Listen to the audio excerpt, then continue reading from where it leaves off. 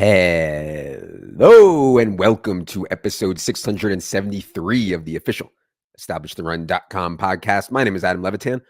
I'm one of the co-founders here at ETR, and we are coming off of a not every week is the same kind of slate. Yes, that's right. I was planning to play FanDuel Cash again in week 13, but on Friday, it became clear that this was going to be a prove it week in DraftKings Cash. And man, I cannot recall the last time we had this.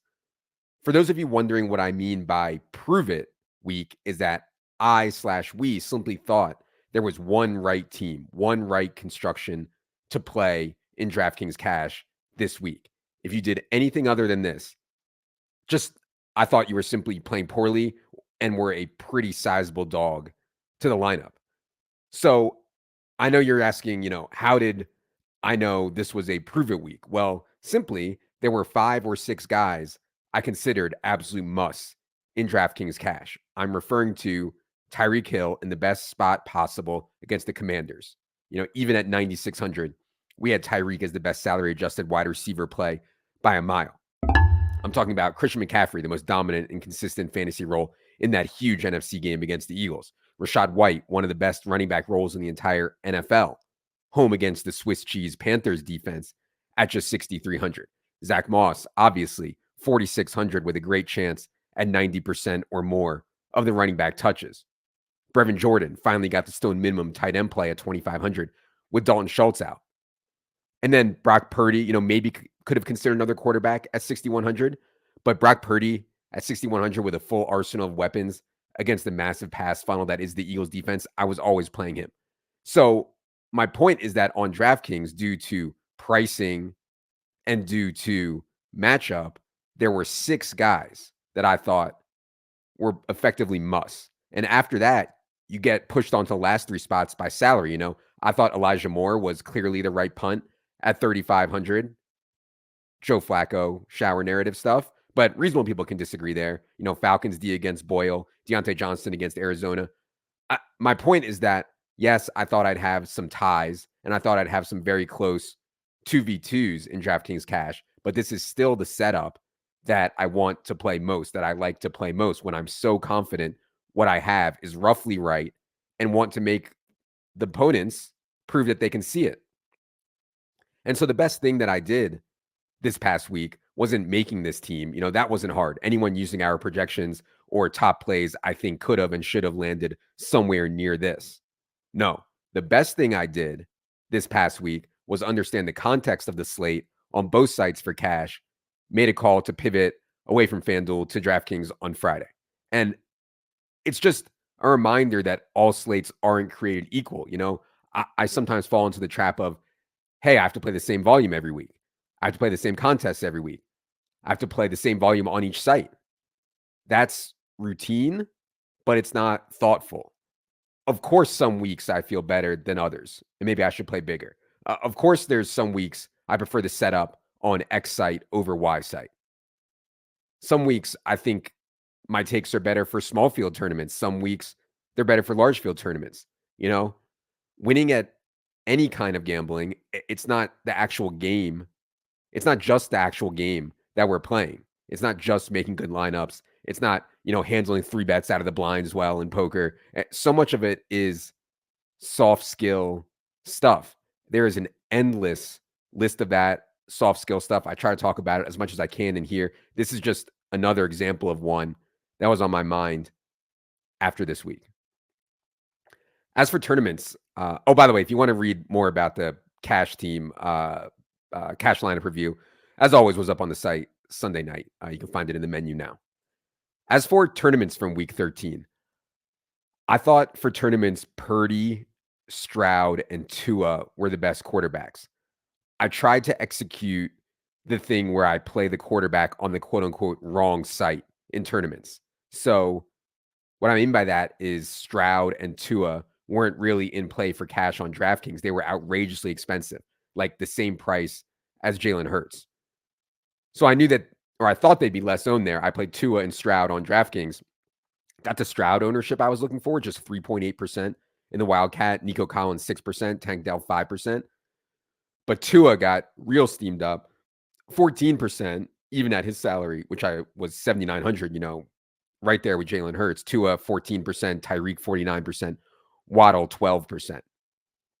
The GPP one that hit for me, though, was Purdy on FanDuel. Knew he was massive chalk on DraftKings, just talked about how he was so cheap on DraftKings, the cash game quarterback there. But on FanDuel, he was very close in price to Stroud, Tua, Howell, Russ, Goff. People just weren't going to play Purdy as much there. And so I played a Purdy, CMC, Debo, AJ Brown stack in small field on FanDuel, ended up getting fourth in the 5-5-5 single entry. CMC was only 10% in that, Debo only 18%, Purdy 17%. So felt pretty good about that. Oh, the Zach Moss stuff. So I know that Zach Moss was the story of the slate for tournaments. Talked about it a ton with Leone. We spent 10 minutes, maybe more, on yesterday's GPP review show talking about Zach Moss in hindsight and how we'd handle it going forward. If you're a subscriber, highly recommend you check out the GPP review show for more on the Zach Moss stuff. All right. Need to get to listener questions, but before I do, reminder on NBA props. Very few people on earth looking at NBA props the way Dink, Gallagher, Claff, the NBA team are right now. They're at 177 and 96 for a 20.42% ROI so far this year. I think that will regress some, but they've been around 14% ROI each of the last 2 years on insane volume. If you're interested in NBA player props, please read the FAQ on the site and be aware that it's very difficult to get the lines before they move. Plenty of people are, but it's certainly war out there. Anyways, head to the props tab on the site for more info on NFL or NBA props. Check out the FAQ. All right, enough is enough. It is time for everyone's favorite portion of the program, the listener questions.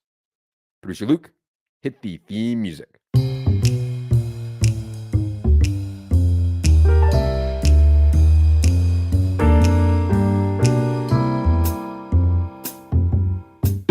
All right, appreciate the questions from everyone. Going to do 6 today.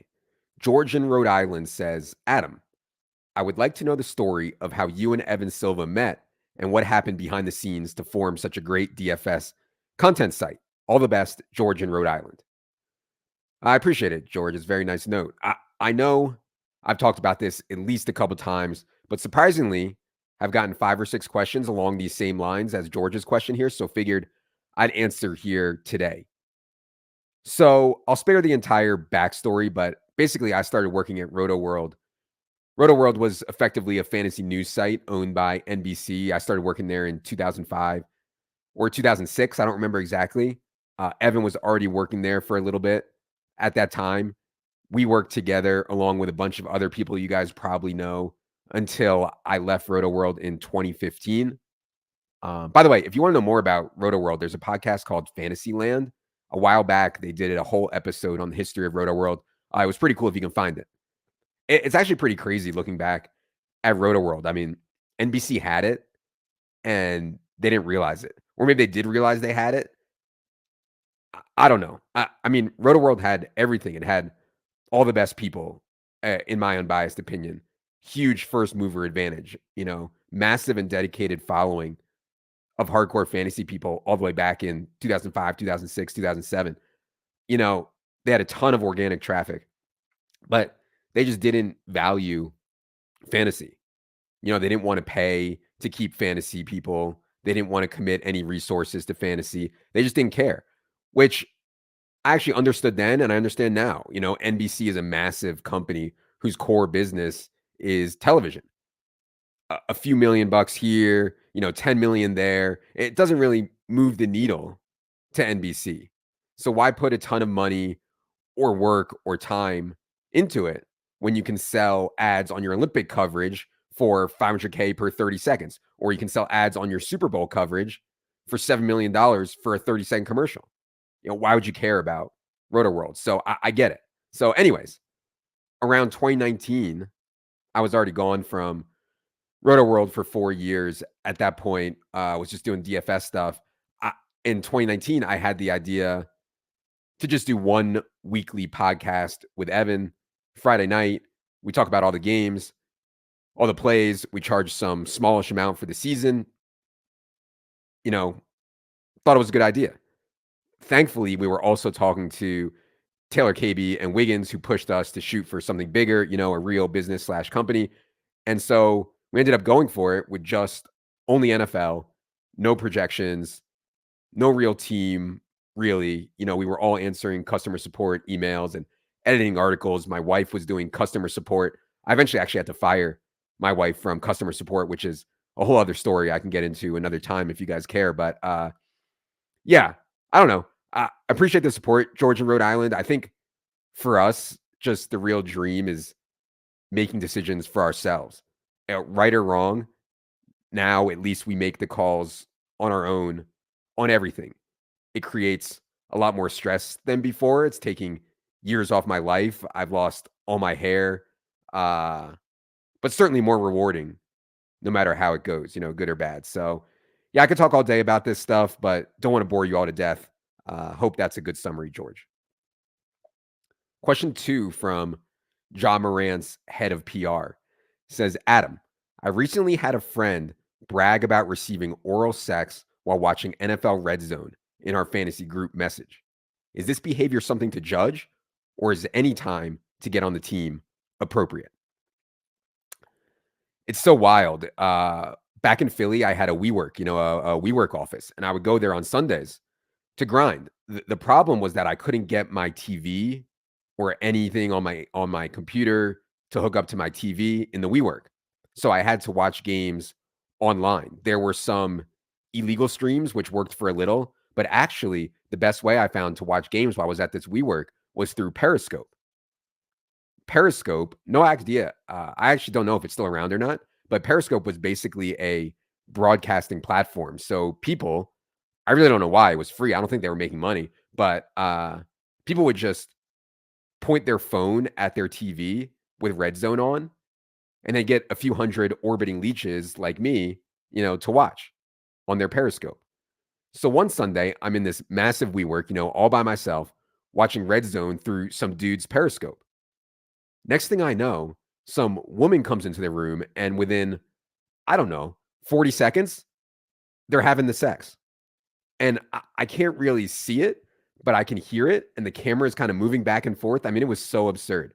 And so, I don't know, 2, 3, maybe 4 minutes later, things settle down. And the dude just goes back to watching Red Zone while streaming on Periscope. The chat is going nuts. I mean, it was so ridiculous. Anyway, back to John Morant's question. I don't really understand the question. Why would you be judging your friend, John Morant, if by some miracle a poor woman is willing to be sexual with me? I'm never going to be like, oh man, it's not a bad time. It's a bad time. Sorry, Red Zone is on. I mean, fucking Jeffrey Dahmer could be breaking down my door and I'm not stopping. So yeah, let's get real, Ja. Fork Plate. Question 3 from Fork Plate says, if you had to bet your life on one event versus a randomly selected other adult, what event would you choose? Examples: game of chess, arm wrestling, one-on-one basketball, etc. Interesting question, Fork Plate. I guess what you're asking is what I think I'm better at than most of the adult population. My first thought is that I'd want something where if people don't have experience in it, they're just stone dead. And I'd also want something that isn't very popular, so there's a higher chance that I run into someone with zero experience. So, like basketball is not a great one. It's super popular worldwide. I'm not that good. And, I think tennis is a better option than basketball. It's pretty popular worldwide. But the thing is, like, even if someone is decent at tennis, like a USTA 3-5 or something, they're almost stone dead against me. It's just a game. Tennis is a game with very little variance or upsets. So that's an option.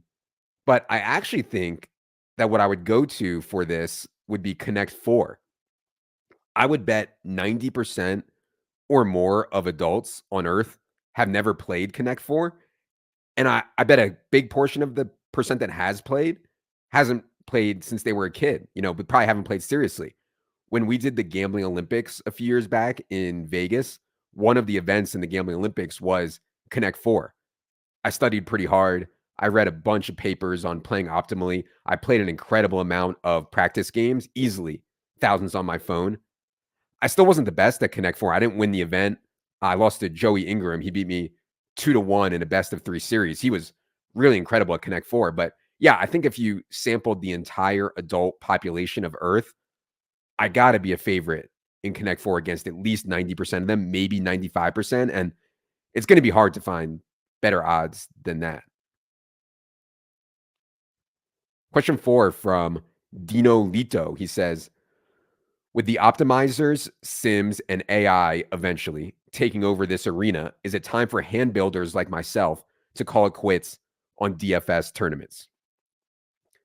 Man, Dino, I really hate to even read questions like this. It pains me to think that people are thinking along these lines.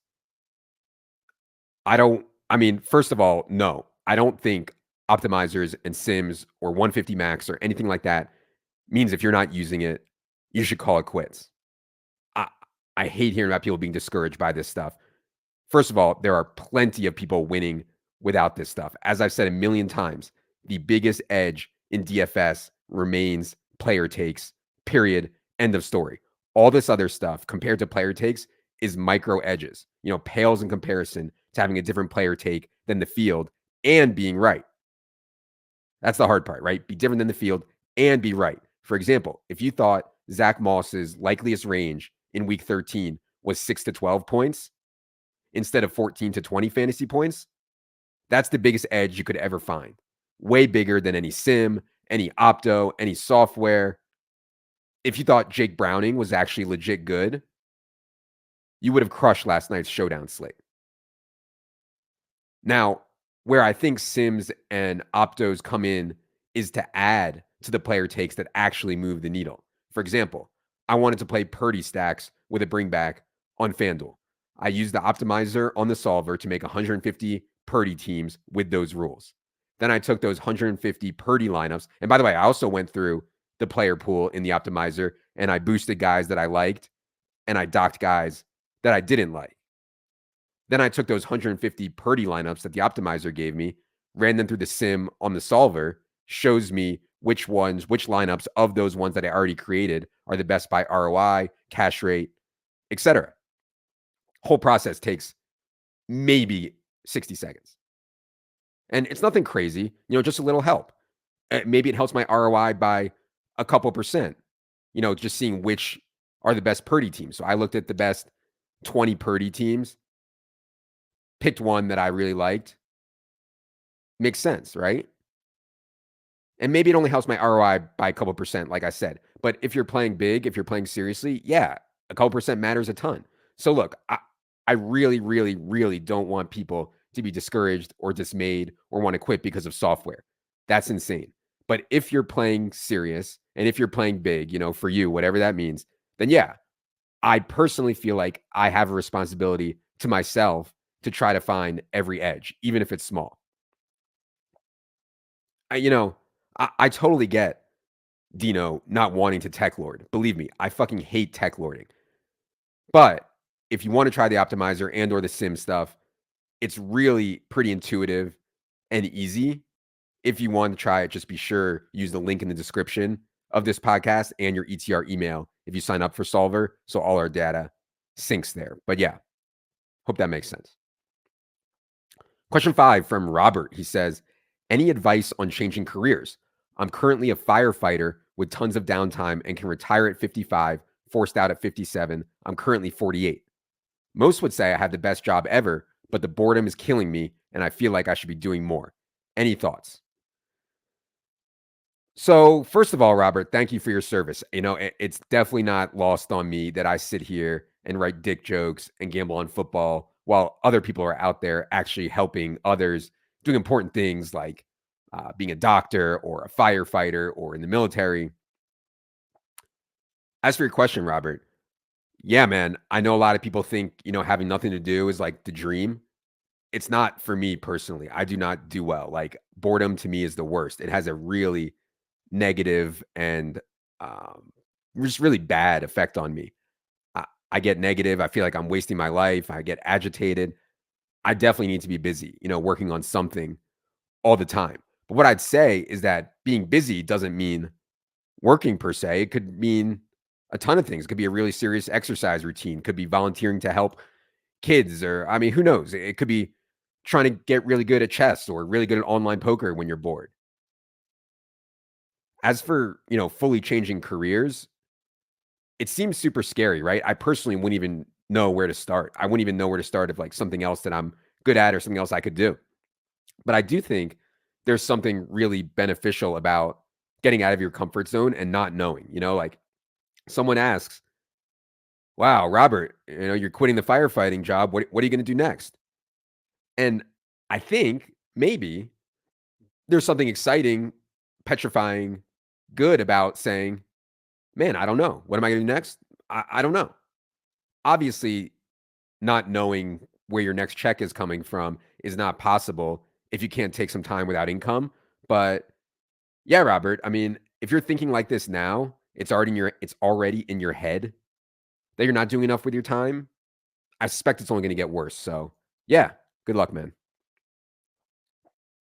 All right, question 6. Last question we're going to do today comes from Kyle. Kyle says, "Do you blow your nose in the shower?"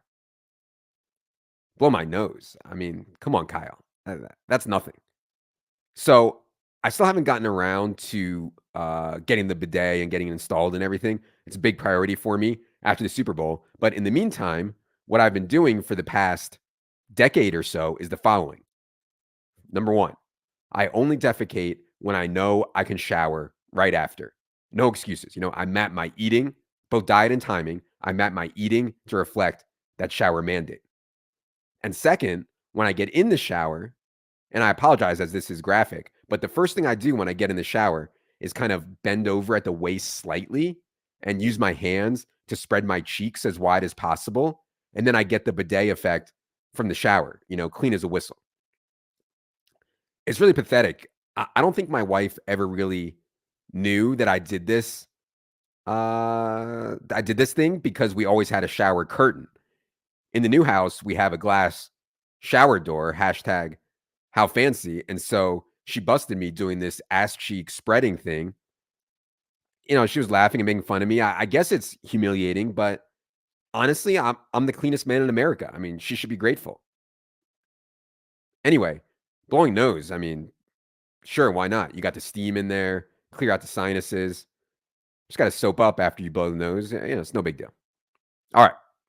That is going to do it for this week's solo pod. I'll be back with Sam for waivers and then Silva for team by team, both coming later today and tonight. You can also find those shows on our YouTube. Just put into the search bar on YouTube, Establish the Run YouTube. You'll find us there, as well as a ton of content that does not hit this podcast feed. For producer Luke, for Jerry, the most beautiful beast in the world, I am Adam. Good luck, everybody.